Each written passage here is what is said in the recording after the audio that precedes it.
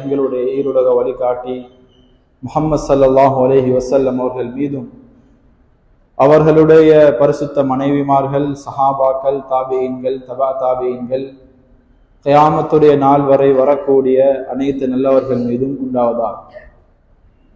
புனிதமான ஜும்மாவுடைய கடமை நிறைவேற்ற வந்திருக்கும் அல்லாஹுடைய நல்லடியார்களே, பெரியார்களே, சகோதரர்களே, நண்பர்களே, எல்லா சந்தர்ப்பத்திலும் அல்லாஹுவை பயந்து கொள்ளும்படி முதலில் எனக்கும் அப்பால் உங்களுக்கும் வசிய செய்து கொள்கிறேன்.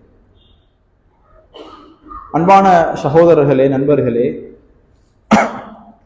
அல்லாஹு தாலா இந்த உலகத்தில் எங்களுக்கு எத்தனையோ உறவுகளை தந்திருக்கிறான். அந்த எல்லா உறவுகள்லையும் ஆக உன்னதமான, ஆக கண்ணியமான, ஆக மகத்தான ஒரு உறவாக அல்லாஹ் எங்களுடைய பெற்றோரை அல்லாஹ் எங்களுக்கு தந்திருக்கிறான். உலகத்துல இவங்களை விட கண்ணியமானவங்க, மதிப்பானவங்க, அந்தஸ்துள்ளவங்க யாருமே இல்லை. அல்லாஹ் இவர்களை புகழ்ந்தத மாதிரி குர்ஆன்ல எந்த உறவையும் அல்லாஹ் புகழல்ல.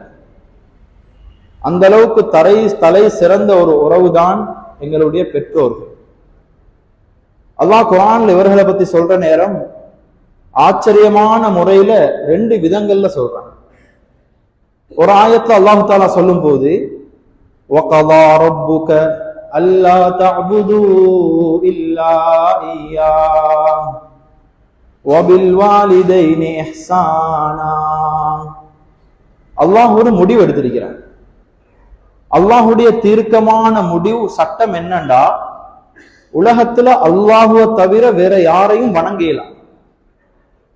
வேற யார நீங்க வணங்கினாலும் அது பிழை. அல்லாஹுவை மட்டும்தான் வணங்கும். அத போல உங்களோட பெற்றோர், இரண்டாவது விஷயம், உங்களோட பெற்றோரோட நீங்க இரக்கமாக நல்ல முறையில கண்ணியமாக நடக்கதான் வேணும். அடுத்த எல்லா உறவுகளையும் சரியாக இருந்து ஒருவர் அந்த உறவுல பிழையிட்டார் என்றால் அவர் உலகத்துல தப்பேலாம், ஆகிரத்திலையும் தப்பேலாம். எப்படி அல்லாஹுவை வணங்குறது ஃபர்லோ கட்டாயமோ, இத போல உம்மா வாப்பாக்கு உபகாரம் செய்யறதையும் அல்லாஹ் கட்டாயமாக ஆக்கிக்கிறான். இந்த முடிவு அல்லாஹ் சொல்லி அதுக்கப்புறம் சொல்றான், வவஸ்ஸைனல் இன்சான பிவாலிதைஹி இஹ்சானா. ஒரு சட்டத்தை, ஒரு ரூல்ஸ், ஒரு பிரின்சிபல் போட்டுட்டு கிளாஸ் ரூம்ல வந்து உபதேசம் மாதிரி சொல்லுவார். எப்படி ஒரு முடிவு செஞ்சிருக்குது, அது சொல்லி நீங்க கட்டாயம் இதை பின்பற்றிக்கோங்கன்னு சொல்லுவார். அத போல அல்லாஹ் முடிவை செஞ்சுட்டு அவனே உபதேசத்தையும் சொல்றான், நீங்க அவங்களோட உம்மா வாப்பாவோட நல்ல முறையில் நடங்க என்று சொல்றான்.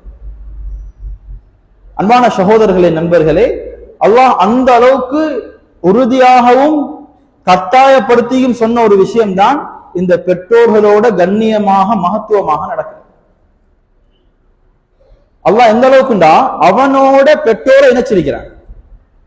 அல்லாஹ் குர்ஆன்ல அவனோட இணைச்சு பேசுற ஒன்றோ மலக்குமார், இல்லாட்டி நபிமார், இல்லாட்டி உலமாக்கள். இதை தாண்டி அல்லாஹ் அவனோட இணைச்சு பேசுற ஒரு கூட்டம் என்ன, இந்த உம்மா வாப்பா தான். இன்னைக்கு நாங்களும் எங்களோட ஒத்தரை சேர்க்கிறோம்டா, கல்யாண வீட்டுக்கு யார் யாரோட போனீங்க, 10 பேரோட போயிட்டு. ஆனா யார்ட பேரை சொன்னா எங்களுக்கு ஒரு கண்ணியம் வருமோ, ஒரு மதிப்பு வருமோ, அவர்கிட்ட பேரை மட்டும்தான் சொல்லுவோம், அடுத்தவனோட பேரை சொல்ல மாட்டோம். இவரும் வந்தாருன்னா ஓ அவரும் வந்தாரு தான். ஆனா சொல்ற யார, யார்ட பேரை சொன்னா எங்களுக்கு மதிப்பு கிடைக்குமோ அவர்கிட்ட பேரை மட்டும் தான் சொல்லுவோம். அது போல அல்லாஹ் அவனோட இணைக்கிறண்டா, அல்லாஹ் அவனோட சேர்த்து பேசுறண்டா, அவங்களுக்கு எவ்வளவு அந்தஸ்து இருக்கும், எவ்வளவு மதிப்பு இருக்கும். இதுக்கு காரணத்தையும் அல்லாஹ் குர்ஆன்ல சொல்றான். ஏன் நான் இவங்களுக்கு இவ்வளவு அந்தஸ்து, இவ்வளவு மதிப்பை கொடுத்தேன்? குர்ஆன் சொல்லுது, ஹமலத்து உம்முஹு வஹ்னன் அலா வஹ்ன். ஒரு தாய் ஒரு புள்ளைய பெற்றெடுக்கிற நேரம் பெரும் கஷ்டத்தோட ஒரு புள்ளைய சுமக்கிறா, பெரும் கஷ்டத்தோட ஒரு புள்ளைய பெற்றெடுக்கிறா. அதுக்கு பிறகு அந்த குழந்தைக்கு 2 வருஷம் பால் கொடுத்து அந்த குழந்தைய பெரும் கஷ்டத்தோட வளர்த்தெடுக்கிறான். இந்த வேலைய அந்த பெற்றோர் செய்ய போய்த்துதான் அல்லாஹ் அவ்வளவு பெரிய அந்தஸ்தை கொடுத்திருக்கிறான். ஒரு சஹாபி வந்தாரு, சொன்னாரு, யா ரசூலுல்லாஹ், நான் உலகத்துல யாரோட மிச்சம் இரக்கமாக இருக்கேன், அதுக்கு தகுதியானவங்க யாரு? அல்லாஹுடைய நபி சொல்றாங்க, அவங்களோட உம்மா. அப்ப யா ரசூலுல்லாஹ் ரெண்டாவதும் அவங்களோட உம்மா. யா ரசூலுல்லாஹ் மூணாவதும் அவங்களோட உம்மா. நாலாவது யார் ரசூலுல்லாஹ்? நாலாவது யாரு சொன்னாங்க? நாலாவது உங்களோட வாப்பா. ஒரு டிப் உம்மான்னு சொன்னா போதுமே, ரெண்டாவது வாப்பான்னு சொல்ல இருந்துச்சு, ஏன் 3 தடவை உம்மான்னு சொன்னாங்க? உலமாக்கள் சொல்றாங்க, ஒரு தாய் செய்யக்கூடிய 3 பணி இருக்குது, இதை யாராலையும் செய்யலாம். அதுல ஒன்றுதான் குழந்தைய சுமக்கிறது, ரெண்டாவது குழந்தைய பெக்கிறது, மூணாவது அந்த குழந்தைய பாலூட்டி வளர்க்கிறது. இது 3 வேலையும் ஒரு ஆணால செய்யலாம். எனவே தாய்க்கு 3 தடவை அல்லாஹுடைய நபி உம்மா உம்மா உம்மா என்று 3 டிப் சொன்னான். இந்த அந்தஸ்தை கொடுக்க காரணம் இதுதான்.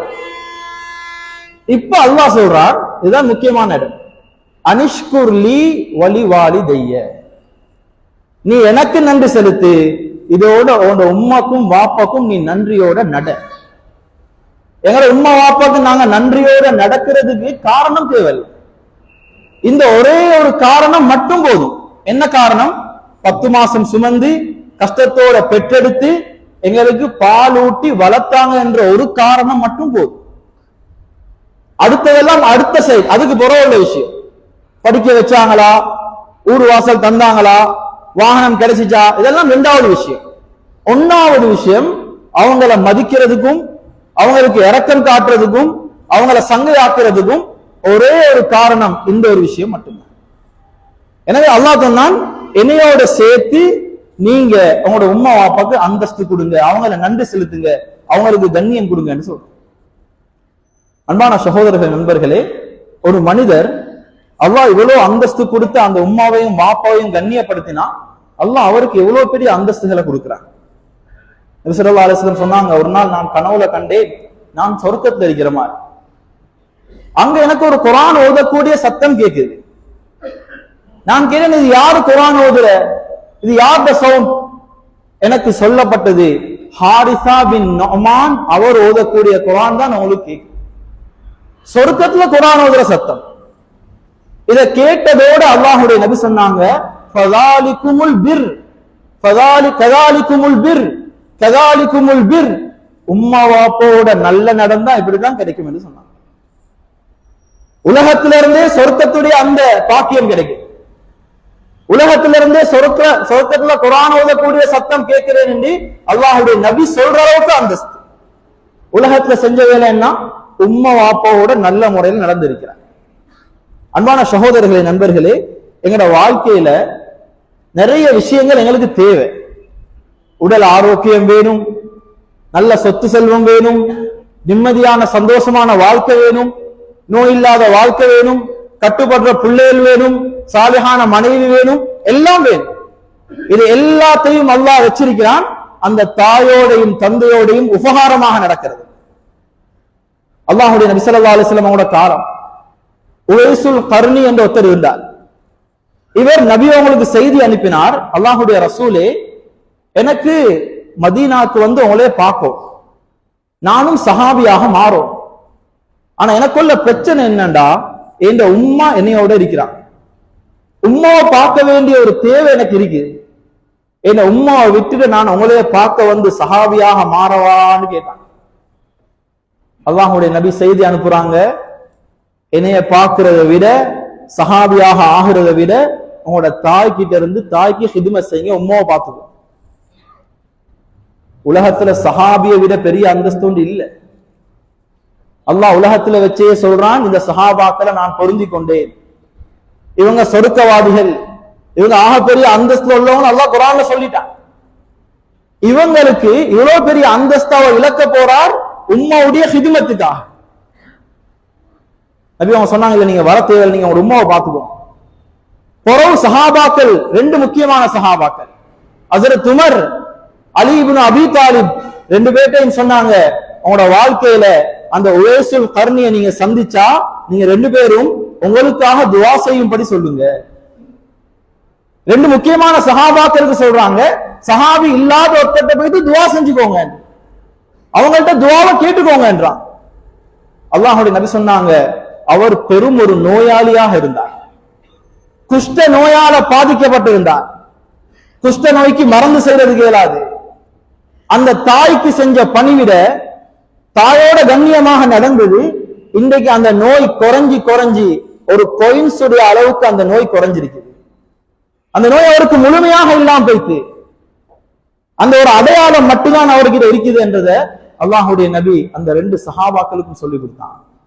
நோய் இல்லாம போறதுக்கும் அந்த உம்மா வாப்பாக்கு பணிவிட செய்யறதுல அல்லாஹ் ஷிஃபாவை வச்சிருக்கிறார். அன்பான சகோதரர்களே, அதை போல இன்னொரு விஷயமும் இருக்குது. இந்த உம்மா வாப்பாட பதுவா யாருக்கு கிடைக்குமோ, இந்த உம்மா வாப்பாவை யாரு மதிக்கலையோ, அவங்களுக்கு கொடுக்க வேண்டிய அந்தஸ்தை யாரு கொடுக்கலையோ, அவங்களோட பதுவா கிடைக்கும்டா அவருடைய வாழ்க்கை சீரழிஞ்சு போயிட்டு. ஒரு மனிதர் இருந்தார், அவருடைய பேர் ஜுரைஜ். ஜுரைஜ் சிறந்த ஒரு வணக்கசாலி. 24 மணித்தியாலமும் அவருக்கென்று ஒரு மஸ்ஜிதை கட்டி வச்சிருந்தார், ஒரு கூடாரம். எப்பயுமே அதுக்குள்ள அவர் அமல் தான், இபாதத் தான், எப்பயுமே இபாதத். ஒரு நாள் சுன்னத்தான தொழுது கொண்டிருக்கிறாங்க. உம்மா வெளியே வந்து ஜுரைஜ் என்று கூப்பிட்டாங்க. இவர் தொழுகையில இருந்து யோசிக்கிறார், யா அல்லாஹ், நான் தொழுகையில இருக்கிறேன், என் உம்மாவும் என்னைய கூப்பிடுறாங்க, உம்மாக்கு பதில் சொல்லி நான் தொழுகையை முறிச்சு போகவா இல்லாட்டி தொழவா என்று யோசிச்சு கொண்டு இல்ல தொழுவோம் என்று தொழுகிறான். திரும்ப தாய் ஜுரைஜ் என்று கூப்பிடும். திரும்ப உம்மாட அழைப்புக்கு பதில் சொல்றதா, தொழுகையை நான் முறிச்சு கொண்டு தொழுகையை விட்டுட்டு போறதா, என்ன செய்யற? பதில் சொல்லல, தொழுது கொண்டே இருந்தார். 3வது தடவை உம்மா ஜுரைஜ் என்று கூப்பிடுறாங்க. அப்பையும் தொழுது கொண்டே இருந்தார். உம்மோட உள்ளத்துல ஒரு ஆத்திரம் வந்துருச்சு. இவன் பெரிய தொழுகை இபாதத்தில் இருக்கிறான், நான் கூப்பிடுறேன், இந்த பேச்சுக்கு இவன் பதில் கொடுக்கலையே என்று சொல்லிட்டு அந்த தாய் சொல்றா, யா அல்லாஹ், இவனை ஒரு விபச்சாரிட மூஞ்சில முழிக்காம இவனை மூத்தாக்காது. அவர் என்ன செஞ்சுக்கிட்டு இருந்தாரு? அவர் தொழுதுகிட்டு இருந்தார், அல்லாஹ்வுக்கு ஆக நெருக்கமான அமல்ல இருக்கிறார். இப்ப தாயுடைய அழைப்பு வருது, இவர் பதில் சொல்றார் இல்ல. இன்னைக்கு எங்க எத்தனையோ பேர் போன்ல படத்தை பார்த்துக்கிட்டு இருக்கிறான், கேம் விளையாடிட்டு இருக்கிறான். அந்த நேரம் உம்மா ஏதோ ஒரு அவசரத்துக்கு கூப்பிடுறாங்க, இருங்க அம்மா, உங்களுக்கு விளங்குது இல்லையா, உங்களுக்கு மூளை இல்லையா, எவ்வளவு பெரிய வார்த்தைகள் எல்லாம் சொல்லிடுறான். இவருக்கு சில நேரம் அந்த உம்மா பதுவா செஞ்சா எவ்வளவு ஃபாஸ்டா பலிக்கும், எவ்வளவு வேகமா பலிக்கும். உம்மா ஒரு அவசரத்துக்கு கோல் எடுக்கிறாங்க, சாதாரணமாக நடக்கிற விஷயங்கள். இவர் பேசிக் கொண்டிருக்கிறார், விளையாடி கொண்டிருக்கிறார். அந்த நேரம் உம்மோட போனுக்கு இவர் முக்கியத்துவம் கொடுக்காம அதை கட் பண்றார், அதை கணக்கெடுக்காம இருக்கிறார். அந்த அழைப்பை மதிக்கிறார் இல்ல. மனசு நொந்து அந்த உம்மாவோ வாப்போ பதுவா செஞ்சா அப்படி இருக்கு. அவ்வளவு பெரிய வணக்கசாலிக்கு அந்த பதுவா கபூல் ஆகுது. அந்த ஊர்ல இருக்கக்கூடிய விபச்சாரம் செஞ்ச ஒரு பெண் ஒரு குழந்தையோடு நிற்கிறார். ஊர் மக்கள் சொன்னாங்க, உனக்கு எப்படி குழந்தை, நீ திருமணம் முடிக்கலையே? இவ சொன்னா, இந்த குழந்தைக்கு தந்தை இந்த வணக்கசாலி ஜுரைஜ் என்று சொன்னான். மக்களுக்கு இதை கேள்விப்பட்டதோடு ஒரு கோபம் வந்துருச்சு. நாங்க இவரை பெரிய அவுளியான்றோம், வணக்கசாலி என்றோம். சிலவங்க அப்படித்தானே, தீர விசாரிக்கிறல்ல, ஒரு விஷயம் கேள்விப்பட்டதோட முடிவு எடுத்துருவான். வந்து இவருடைய எல்லா கூடாரத்தையும் உடைச்சி இவரை வெளியெடுக்கிறான். அந்த விபச்சார பெண்ணை இவர் கண்ணால பார்க்கிறார். அதுவரைக்கும் எந்த பாவத்தையும் பார்க்காதவர், செய்யாதவர், கேட்காதவர் ஒரு விபச்சாரியுடைய முகத்துல முழிக்க வேண்டிய நிலைமை ஏற்படுது. இப்ப கேட்கிறாங்க, இந்த குழந்தைக்கு தந்த நீயாமே, என்ன ஆச்சரியம், இந்த பெண் யார் என்றதே எனக்கு தெரியாது அவர் சொல்றார். கடைசியில் ஏதோ ஒரு வலியுள்ளாவாக இருக்க வைத்து அல்லாஹ் அந்த குழந்தையை பேச வைக்கிறான். அந்த குழந்தை சொல்லுது, இவர் இல்ல என் வாப்பா, இந்த ஆட்டுடையன் தான் என் வாப்பா என்று சொல்லு. ஏதோ அல்லாஹ் பாதுகாத்தான். ஆனா பதுவா அங்க படிச்சிருக்குது, அதுதான் விஷயம். எனவே எங்கட தாய் தந்தையுடைய மனசை நோவரிச்சு அவர்களுடைய பதுவாவை நாங்க சம்பாதிப்போம் என்றா எங்கட வாழ்க்கையுடைய நஷ்டத்துக்கு அதுவே ஆகப்பெரிய காரணமாக போயிட்டு. அன்பான சகோதரர்கள், நண்பர்களே, அதே போலதான் எங்கட வாழ்க்கையில இன்னொரு ஆக முக்கியமான ஒரு ஜீவன் எங்கட வாப்பா. நிறைய பேர் சில நேரம் உம்மாக்கு கண்ணியம் கொடுப்பான், உம்மாவோட நல்ல இரக்கமா இருப்பான், உம்மோட நல்ல பாசமாக இருப்பான். ஆனா வாப்பாவை சில நேரம் மதிக்கிறது இல்லை. ஏன்? நாங்க வாப்பாவை எப்படி பார்த்திக்கிறோம் சின்ன வயசுல இருந்து? வாப்பா என்றவர் யாரு? அவர் எங்களுக்கு உழைச்சி போட்டிருக்கிறார், எங்களுக்கு நாங்க கேட்கிறதெல்லாம் எங்களுக்கு வாங்கி தந்திருக்கிறார். பெருநாளைக்கு உடுப்பு வாங்க போனா எங்களுக்கு 2 உடுப்பு, 3 உடுப்பு, 4 உடுப்பு, அவர் கடைசியில ஏதோ கிடைச்சதை வாங்கிட்டு போவார். எங்களை கஷ்டப்பட்டு படிக்க வச்சிருக்கிறார். நாங்க அவரை பார்த்ததெல்லாம் ஒரு வியாபாரியா, வெள்ளையிலிருந்து ராவு வரைக்கும் வியாபாரம், ராவுக்கு வந்த வருத்தத்தோட கஷ்டத்தோட இருப்பார். வாழ்க்கையில ஒரு தியாகியாக நாங்க அவங்கள பார்த்திக்கிறோம். எனவே எங்க பார்வையில வாப்பா என்றது ஒரு கண்ணியம் இல்லாத ஒருத்தர். சில இடங்கள்ல சில அறிவாளிகள் உம்மக்கும் வாப்பாக்கும் பிரச்சனை ஒரு வாப்பாக்கு அடிச்சு எவ்வளவு பெரிய ஒரு மடையான அறியும். உம்மக்கும் வாப்பாக்கும் பிரச்சனை வார நேரம் அந்த இடத்துல போய் ஒருத்தருக்கு நீதம் செலுத்தலுமா? நீதம் செலுத்த ரெண்டு பேரும் ரெண்டு கண்கள். இவருக்காக அவரை பகைக்கவும் மேலாது, அவருக்காக இவரை பகைக்கவும் மேலாது. அன்பான சகோதரர்களே, அல்லாஹுடைய நபி ஸல்லல்லாஹு அலைஹி வஸல்லம் சொல்றாங்க, வாப்பட கோபத்துல அல்லாஹுடைய கோபம் இருக்குது, வாப்பட பொருத்தத்துல அல்லாஹுடைய பொருத்தம் இருக்குது. வாப்பாவுடைய கண்ணியம் எந்த அளவுக்குன்னா, ஒரு வாப்பா மகனுக்காக செய்யக்கூடிய துஆவை அல்லாஹு தாலா எந்த விதமான திரையும் இல்லாம ஏற்றுக்கொள்றான். ஒரு வாப்பா ஒரு பிள்ளை கேட்கிற துஆவுடைய பவர். இப்னு அப்பாஸ் என்ற சஹாபி கிட்ட ஒரு மனிதர் வந்து சொன்னார், வாப்பாவை நோவிக்கிறேன்டா என்ன? அல்லாஹ் குர்ஆன்ல சொல்றானே, உம்மா வாப்பாவை நோவிக்கிறேன்டா என்ன? இப்னு அப்பாஸ் ரலியல்லாஹு அன்ஹு சொன்னாங்க, வாப்பாவை நோவிக்கிறது என்னண்டா, நீங்க வாப்பட முன்னுக்கு ஒரு கவலை உதறீங்க, அதுல இருந்து வரக்கூடிய தூசி உங்களோட வாப்பட மேல படுது. அல்லாஹுடைய பார்வையில நீயும் உன்னோட வாப்பக்கு அநியாயம் செஞ்ச வேண்டாம். யாரும் வாப்பட முன்னுக்கு போய் வேணுமென்றே கவலை உதறது இல்ல, அந்த தூசி வேணுமென்றே படுறதும் இல்ல.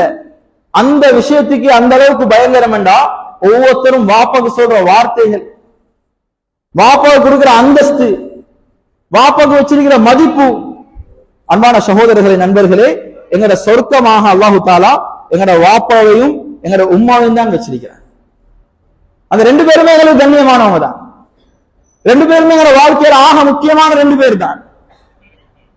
அந்த ரெண்டு பேருக்கு இடையில எந்த ஏற்றத்தாழ்வும் இல்லை. ரெண்டு பேருமே ஆக கண்ணியமானவங்க, ஆக சங்கியானவங்க. நாங்க வாழ்க்கையில மதிக்க வேண்டிய, கண்ணியப்படுத்த வேண்டிய ரெண்டு உறவுகள் தான் அந்த உம்மாவும் வாப்பாவும். அந்த உம்மாவும் வாப்பாவும் சின்ன வயசுல இருந்து பெத்து வளர்த்து படிக்க வச்சு ஆளாக்கி பட்டம் பதவி எல்லாம் எடுத்துட்டு அவங்களோட வாலிபத்தை ஃபுல்லா எங்களுக்காக அழிச்சிட்டு இப்ப வாழ்க்கையோட ஒரு கட்டத்துக்கு வருவாங்க. எல்லா உம்மா வாப்பமாரும் அந்த கட்டத்துக்கு வரத்தான் போறான். அதுதான் முதுமையுடைய பருவம். பலகீனம் ஆரம்பம், பிறக்கிற நேரம், புற உடம்புல சக்தி வாலிபம். பிறகு மூணாவது கட்டம், வாழ்க்கையுடைய பலகீனத்துக்கு ஒவ்வொரு உம்மாவும் வாப்பாவும் வரப்போறான். அல்லாஹ் இப்ப என்ன சொல்றான்? وَقَضَى رَبُّكَ أَلَّا تَعْبُدُوا إِلَّا إِيَّاهُ وَبِالْوَالِدَيْنِ إِحْسَانًا إِمَّا يَبْلُغَنَّ عِندَكَ الْكِبَرَ أَحَدُهُمَا أَوْ كِلَاهُمَا فَلَا تَقُل لَّهُمَا أُفٍّ وَلَا تَنْهَرْهُمَا. அல்லாஹ் குர்ஆன்ல சொல்றான், அந்த உம்மாவும் வாப்பாவும் ஒரு நாள் வரப்போறாங்க, முதுமை பருவத்துக்கு வரப்போறாங்க, பலகீனமான ஒரு காலத்துக்கு வரப்போறாங்க. அவங்களோட வாலிப காலத்தை எங்களுக்காக அழிச்சிட்டு இப்ப அந்த பலகீனத்துக்கு அவங்க வந்திருக்கிறார். அப்படி வந்தா அல்லாஹ் சொல்றான், நீங்க மட்டும் அவங்களுக்கு சீ என்ற வார்த்தையும் சொல்லிடுவாங்க.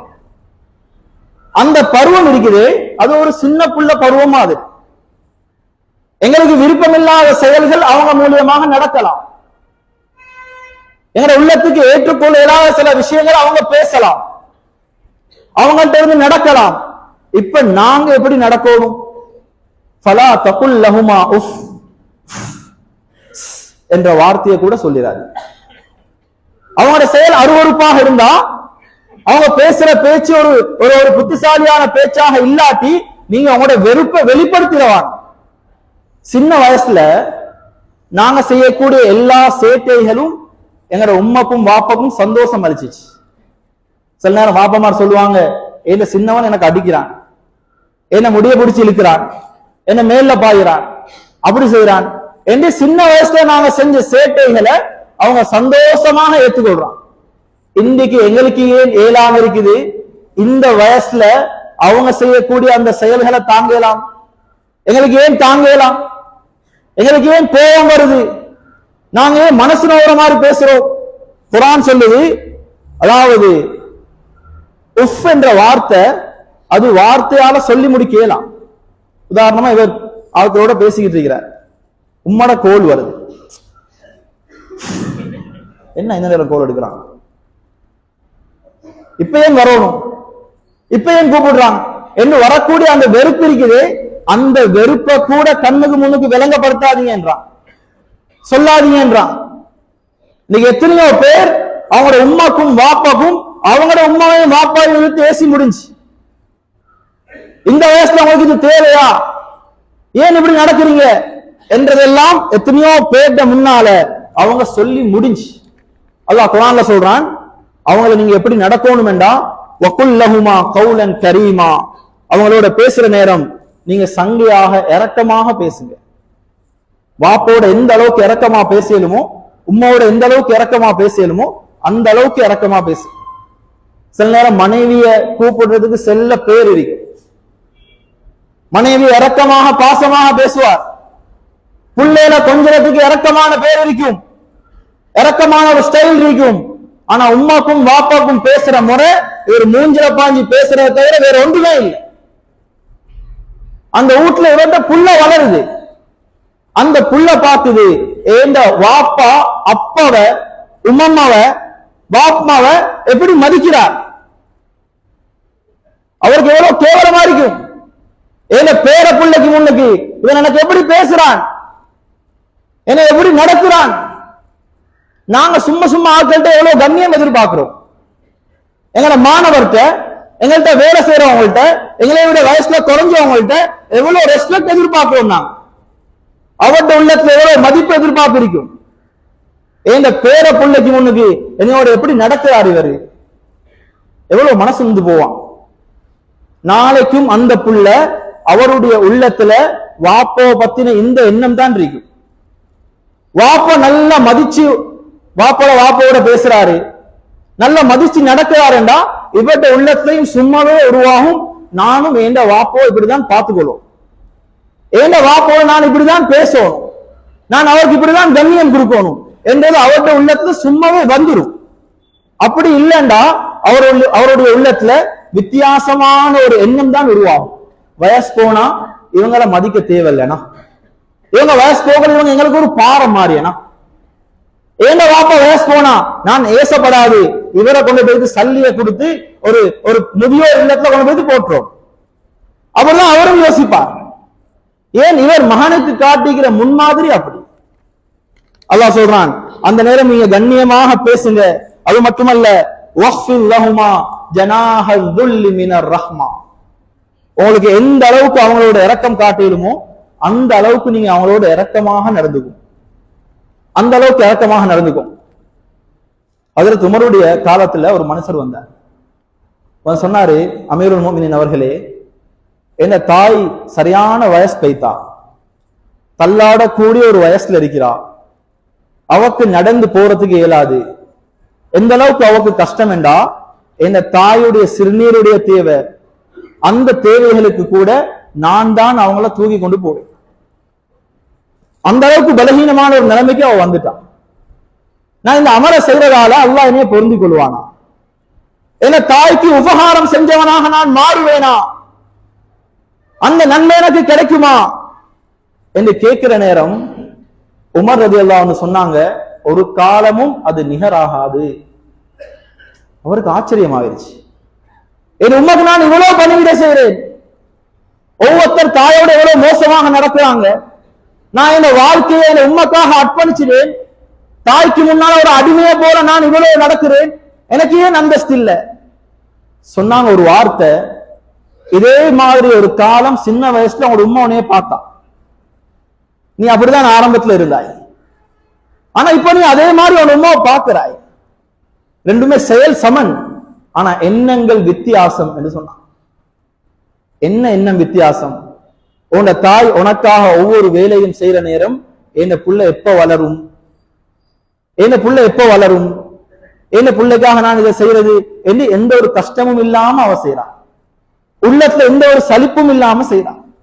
ஆனா நீ செய்யற நேரம் உன் உள்ளத்துல என்ன வருது, எப்ப இவங்க மௌத்தாகுவாங்களோ, எனக்கு இது நாளைக்கும் கஷ்டப்படுகிறது, சுருக்க மௌத்தாகினா நல்லமே என்ற எண்ணம் போன்ற உள்ளத்துல ஒரு தடவையாவது வந்திருக்கு. எனவே அந்த செயலும் இந்த செயலும் சரிசமன் ஆகாது. இன்னைக்கு சிலவங்க வாயால சொல்றாங்களே, இவங்க படுற கஷ்டத்துக்கு மௌத்தா போனா பரவாயில்ல ஹஸ்ரத், அவங்க கஷ்டப்படுறது சரி, அவங்களோட கஷ்டத்துல நீங்க என்ன பங்கெடுத்தீங்க, உங்களோட பங்களிப்பு என்ன இருக்குது? நீங்க அப்படி செய்வீங்கடா இது ஒரு கடன், எந்த சந்தேகமும் இல்ல. அந்த கடனை உங்களோட பாசமான மகன், டிகிரி வாங்க வச்ச மகன், ஊர் வாங்கி கொடுத்த மகன், வாகனம் வாங்கி கொடுத்த மகன் ஒரு நாளைக்கு நிறைவேற்றி தான் தீருவான், சந்தேகமே இல்ல. அதுல அந்த கடன் மௌத்துக்கு முன்னுக்கு கிடைக்கும், மௌத்துக்கு முன்னுக்கு கிடைக்கும், மௌத்துக்கு பின்னாலையும் பல மடங்களை கிடைக்கும். அன்பான சகோதரர்களே, தாய் தந்தையோட எந்த அளவுக்கு பாசமாக நடக்கணும் என்றதுக்கு இன்னொரு சம்பவத்தையும் சொல்றேன். ஒரு சஹாபி இருந்தார், அப்துல்லா பின் மசூத். உம்மா தூக்கத்துல எழும்பி தூக்கத்துல சொல்றாங்க, எனக்கு தண்ணி தாவமா இருக்குது. இன்னைக்கு ஆசையோட உம்மா கேட்கிற எத்தனையோ விஷயங்களை எடுத்து கொடுக்க ரெடி இல்லை. மனைவி இன்றைக்கு சொன்னா நாளைக்கு சாமான் வைத்துரும், மகள் இன்றைக்கு கேட்டா அன்றைக்கு சாமான் வைத்துரும். உம்மா கேட்டு பல மாசங்கள், சில நேரம் பல வருஷங்கள் மௌத்தும் வந்துருச்சு, உம்மா கேட்டதை வாங்கி கொடுக்க கிடைக்கவே இருக்கு. அன்பான சகோதரர்களே, உம்மா தூக்கத்துல சொல்றான், எனக்கு தண்ணி தாவமா இருக்குது, மகனே தண்ணி குழந்தான். அப்துல்லா பின் மஸ்ஊத் ரலியல்லாஹு அன்ஹு தண்ணி கோப்பையோட வந்து உம்மக்கு முன்னால நிக்கிறான். பார்த்தா உம்மக்கு தூக்கம் போயிடுச்சு. இவர் யோசிச்சாரு, உம்மா எழுப்பாட்டி தண்ணியை கொடுக்கிறதா, தண்ணியை வச்சுட்டு போறதா, என்ன செய்யற? உம்மாவை எழுப்பாட்டினா தூக்கம் முடிஞ்சிடும், வச்சுட்டு போனா உம்மா தேடுவாங்க, எலுமின போறோம், என்ன செய்யற?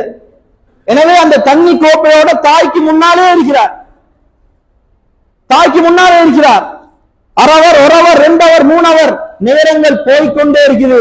சுபஹுடைய அதானுடைய நேரம், இப்பதான் தாய் எழும்புறா. எழும்புறதோட தண்ணி கோப்பையை கொண்டு போய் முன்னுக்கு வைக்கிறார். தாய்க்கு பணியிலன்னா இப்படிதான் பணியும். என்னமாவது ஆசையா, வாப்பா இந்த சாமானை வாங்கித்தாங்கன்னு கேட்டா, உங்கள்ட்ட சல்லி இல்லாட்டியும் பிரச்சனை இல்ல, கடனுக்காவது வாங்கி கொண்டு போய் கொடுங்க. அவங்க எவ்வளவு காலம் வாழ்வாங்கன்றது சொல்லலாம். அந்த சிரிச்ச முகங்கள், அந்த இரக்கத்தோட ஏக்கத்தோட இருக்கிற முகங்கள் எவ்வளவு காலம் உங்களோட இருப்பாங்கன்றது உங்களுக்கும் தெரியாது, எங்களுக்கும் தெரியாது. எனவே அவங்களோட ஆசைகள் ஏதாவது கேட்டுட்டா அதை கட்டாயம் வாங்கி கொடு, அதுல காலதாமதம் செலுத்த வேணும். இன்னைக்கு எத்தனையோ இடங்கள்ல சின்ன வயசுல வாப்பா யாருகிட்டையும் இவரை கேட்க வச்சில்ல, எல்லா விஷயத்தையும் பார்த்து பார்த்து அவரே செஞ்சிருக்கிறார். ஆனா இன்னைக்கு உம்மாவும் வாப்பாவும் தேவையை பற்றி யாருகிட்டயோ கேட்கிறான். பைத்து ஜகாத்துக்கு லெட்டர் போட்டிருக்கிறான், எனக்கு உதவி செய்யுங்க. மகன் இல்லையா? மகன் இருக்கிறார். மகன் இல்லையா? மகன் இருக்கிறார். எங்களை எவ்வளவு ரெஸ்பெக்டா கண்ணியமாக வளர்த்தவங்க இன்னைக்கு ஏன் கையேந்துறாங்க? அன்பான சகோதரர்களே, அந்த நன்மையுடைய பொறுமதி எங்களுக்கு தெரியா? எவ்வளவு பொறுமதியான ஒரு விஷயம்.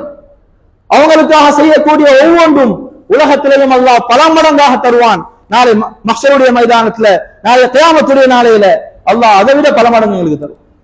எனவே அன்பான சகோதரர்களே, இது ஆக பெரிய ஒரு பாக்கியம் அல்லாஹ் எங்களுக்கு பாக்கியமாக தந்திருக்கிறான்.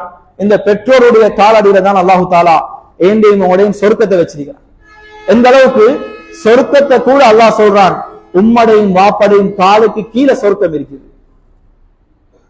அவங்களுக்கு எந்த அளவுக்கு அடிபணிஞ்சு போவோமோ, அவங்களுக்காக நாங்க எந்த அளவுக்கு தியாகங்கள் செய்வோமோ, எந்த அளவுக்கு இரக்கமாக நடப்போமோ, அப்பதான் எங்களோட வாழ்க்கையில, துனியாவுடைய வாழ்க்கையில நிம்மதி, மௌத்துக்கு பின்னால் எங்களோட சொர்க்கமும் கிடைக்கும்.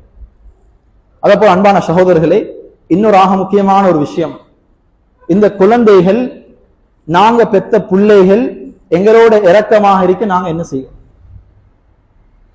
எங்களோட பிள்ளைகள் எங்களை மிச்சம் நேசிக்கணும், மிச்சம் இரக்கமாக இருக்கணும், கண்ணியமாக இருக்கணும் என்றா ஒரு வாப்பவாக நான் என்ன செய்யும்? ஏன பொறுப்பு என்ன? இதுல ஒன்னாவது விஷயம், அந்த குழந்தைகளோட மிச்சம் இரக்கமான வாப்பவாக உம்மவாக இருக்கும். குர்ஆன் அல்லாஹ் ஆகப்பெரிய ஒரு உதாரணம் சொல்றேன், ஆகப்பெரிய ஒரு உதாரணம். நூஹ் அலைஹிஸ்ஸலாத்துடைய மகன், நூஹ் அலைஹிஸ்ஸலாம் மகன்கிட்ட சொல்றாங்க, மகனே அல்லாஹுடைய அழிவு வரப்போகுது, நீ வந்து என்ன கப்பல்ல ஏறிக்கோ, என்ன கப்பல் ஏறி உன்னோட உசுர பாதுகாத்துக்கோ. அவன் ஒரு காஃபிராக இருந்தான். அவன் சொன்னான், உங்களோட கப்பல்ல நீங்க ஏறி போங்க, நான் உங்களோட கப்பல்ல ஏற தயார் இல்லை. அந்த மலைக்கு மேலால ஏறி நான் என்னைய பாதுகாத்துக் கொள்றேன். மகன் காஃபிராக போறான், அழிய போறான். இந்த நேரம் வாப்ப பேசுற வார்த்தை என்ன? யா புனையருக்க மானா, என் இரக்கமான மகனே ராஜா கப்பல் ஏறிக்கோ. வாப்பா மகனுக்கு பதுவா செய்யல. அந்த நேரமும் இவர்கிட்ட முழுமையான இரக்கத்தை வெளிப்படுத்துறார். யாக்கூப் அலைஹிஸ்ஸலாத்துக்கிட்ட 10 மகன்மார் வாரான். ஒரு மகன் யூசுப் அலைஹிஸ்ஸலாத்தை கொலை செஞ்சதாக சொல்லி 10 பேர் வந்து சொல்றாங்க, வாப்பா நாங்க எங்கட அந்த தம்பிய ஓனாய் தின்று போய்த்திருச்சு. ஓனாய் திங்கல்ல, இவங்க தம்பியை கொண்டு போய் ஒரு கிணத்துளுக்கு போட்டுட்டு அவருடைய ஜுப்பால சாயத்தை பூசிவன் வந்து சொன்னாங்க, அதாவது தம்பிய ஓனாய் சாப்பிட்டுருச்சு. ஜுப்போவை பார்த்தோன்னே வாப்பாக்கு விளங்கிச்சு, இவங்க சொல்றது பொய், என்ன பிள்ளைய என்னமோ செஞ்சுட்டாங்க இவங்க. அந்த நேரமும் 10 பேரையும் பார்த்து நீங்க எல்லாம் நாசமா போவீங்கடா, நீங்க எல்லாம் அழிஞ்சு போவீங்கடா என்ற வார்த்தையை சொல்லவே. குர்ஆன் சொல்லுது, ஃபஸபுருன் ஜமீல், நான் அழகான பொறுமையாக பொறுமை இருக்கிறேன். ஒரு வாப்பாண்டா அப்படித்தான் இருக்கு. அந்த அளவுக்கு ஒரு வாப்பா பிள்ளையோடு இரக்கமாக இருக்கும். எந்த எதிர்பார்ப்பும் இல்லாம, எந்த விதமான உள்நோக்கங்களும் இல்லாம குழந்தைகளோட 100க்கு 100 இரக்கம் உள்ளவர் தான் தந்தை. ஏன்னா அல்லாஹ் குர்ஆன்ல வவாலிதின் வமா வலத், வாப்படையும் மகண்டையும் உறவையும் அல்லாஹ் சத்தியம் பண்ணி சொல்றான். அந்த அளவுக்கு ஒரு பொறுமதியான ஒரு உறவு தான் வாப்பா மகனுடைய உறவு. நல்ல ஒரு சந்தோஷமான ஒரு உறவு. வாப்பா மகனை பேசுற நேரம் மகன் ராஜா என்னென்ன இரக்கமான வார்த்தைகள் இருக்கிறதோ அந்த வார்த்தைகளை சொல்லி வாப்பா பேசும். அப்பதான் அந்த குழந்தையுடைய உள்ளத்துல வாப்பாவை பத்தின இரக்கம் அப்படியே பதிஞ்சிருக்கு, அப்படியே ஆழமாக ஊன்றிருக்கும். இரக்கம் காட்டுற நேரம் எல்லா பிள்ளைகளோடையும் சரிசமனான இரக்கம் வாப்பா காட்டும். ஒருத்தரோட ஒரு மாதிரி, இன்னொருத்தரோட ஒரு மாதிரி. மார்க்கம் சொல்லுது, நீங்க முத்தம் கொடுத்தாலும் எல்லாருக்கும் சரிசமனாக முத்தம் கொடுங்க. ஒரு பிள்ளைக்கு 2, இன்னொரு பிள்ளைக்கு 1 இல்ல. அந்த பிள்ளைகளுடைய மனசு நோவுது. சின்ன வயசுல இருந்து அவர் பார்க்கிறார், என் வாப்பா என்னைய விட நானோட இரக்கம், தம்பியோட இரக்கம். எனவே இந்த வெறுப்பை அவர் வேணுமென்றே உருவாக்கல, வாப்போட செயலால, உம்மாவுடைய செயலால உருவாகும். எனவே எல்லா பிள்ளைகளோடையும் நீதமாக இருக்கும்படி மார்க்கம் சொல்லு. இதாக முக்கியமான ஒரு விஷயம். அதே போல அன்பான சகோதரர்களே, தந்தையோட தாயோட இரக்கம் வாரத்துக்கு இன்னொரு காரணம் தான், ஒரு வாப்பா ஒரு மகனுக்கு, ஒரு உம்மா ஒரு மகளுக்கு செய்யக்கூடிய கொடுக்கக்கூடிய ஆகப்பெரிய சொத்து சுகமோ வாகனமோ காணி பூமியோ இல்ல, கௌரவம். இன்னாட மகன் என்று சொல்றதுக்கு ஏந்த பிள்ளைக்கு பெருமையா இருக்கும். வாப்பா சொத்து சேர்க்கல, வாப்பா காணி பூமி வாங்கி போடல, வாப்பா வாகனம் வாங்கி தரல, வாப்பா கௌரவமான ஒரு மனிதராக இந்த ஊர்ல வாழ்ந்திருக்கிறார். வாப்பா நல்ல ஒரு மனிதராக, நல்ல ஒழுக்கமுள்ளவராக இந்த ஊர்ல வாழ்ந்திருக்கிறார். எனவே இன்னாட மகன் என்று சொல்றது எங்கட பிள்ளைகளுக்கு பெருமையாக இருக்கும். எனவே எங்கட பிள்ளைகளுக்காக நாங்க வாழணும். ஒரு வாப்பாவுடைய ஆக முக்கியமான ஒரு பொறுப்பு, இவருடைய பிள்ளையா என்று சொல்றது அவனுக்கு கேவலமாக இருக்கக்கூடாது. நான் இன்னாட மகன் என்று தைரியமாக கண்ணியமாக சொல்லக்கூடிய ஒரு நிலைமை அவனுக்கு உருவாகும். இப்ப அவன் சொல்லுவான், என் வாப்பா மாஷா அல்லாஹ் அவர் எனக்கு வாப்பாவாக கிடைக்க நான் கொடுத்து வச்சிருக்கணும் என்று சொல்லுவான். எனவே வாப்பாவுடைய இரக்கம் உள்ளத்துல வந்து கொண்டே இருக்குமா. அன்பான சகோதரர்களே, இதோட சேர்த்து ஆக முக்கியமான விஷயம் இதுதான், ஒவ்வொரு தந்தையும் தாயும் தன்னுடைய குழந்தைக்கு செய்யக்கூடிய அது என்னண்டா, மகனுக்கு நல்ல படிப்பை கொடுத்து, நல்ல காணி பூமியை சேர்த்து வச்சு, நல்ல அக்கவுண்ட்ல சல்லிய போட்டு வச்சு எல்லாத்தையும் செஞ்சிருக்கிறார். ஆனா மார்க்கத்தை கொடுத்தில்லை. வாப்பா தோக்குற இடமே ஆயிட்டாங்க. நாளைக்கு அவன் திரும்ப வழியே இல்லை. எல்லா விஷயத்தையும் கொடுத்திருக்கிறார். வாப்பாவுடைய மகத்துவம் அவருக்கு தெரியா, உம்மாவுடைய மகத்துவம் தெரியா. ஜிப்ரீல் அலைஹிஸ்ஸலாம் வந்து பயான் பண்ணினாலும் இவருக்கு வாப்பாட பத்தின மோகம் உள்ளத்துல வராது, உம்மாவுடைய இரக்கம் வராது. ஏன் தீண்ட மார்க்கத்துடைய மகத்துவம் அவருக்கு இல்லையே. அவருக்கு வாப்பா இஸ்லாத்தை கொடுத்தில்லையே. நல்ல இங்கிலீஷ கொடுத்திருக்கிறார், நல்ல பெஷனான உடுப்போடு அதாவது ஆடைகளை கொடுத்திருக்கிறார், நல்ல தொழிலை சொல்லி கொடுத்திருக்கிறார், எல்லாம் சொல்லி கொடுத்திருக்கிறார், மார்க்கத்தை சொல்லி. சூரத்துல் லுக்மான பரட்டி பாருங்க, ஒரு வாப்பா ஒரு புள்ளைக்கு எப்படி தர்பியத் பண்ணும், வாப்பா எப்படி சொல்லி கொடுக்கிறார். என் அருமையான மகனே, நீ வாழ்க்கையில எப்பயும் தொழுகையை மிஸ் பண்ண கூடாது. என் அருமையான மகனே, பாவம் உண்ட வாழ்க்கையை அழிச்சிரும், அது இவ்வளவு சின்ன பாவமாக இருந்தாலும் சரி, நீ மலைக்குள்ளார போய்த்து பாவம் செஞ்சாலும் சரி, 7 பூமிக்கு கீழே போய்த்து பாவம் செஞ்சாலும் சரி என்று வாப்பா மகனுக்கு என்ன சொல்லி கொடுத்தீங்க?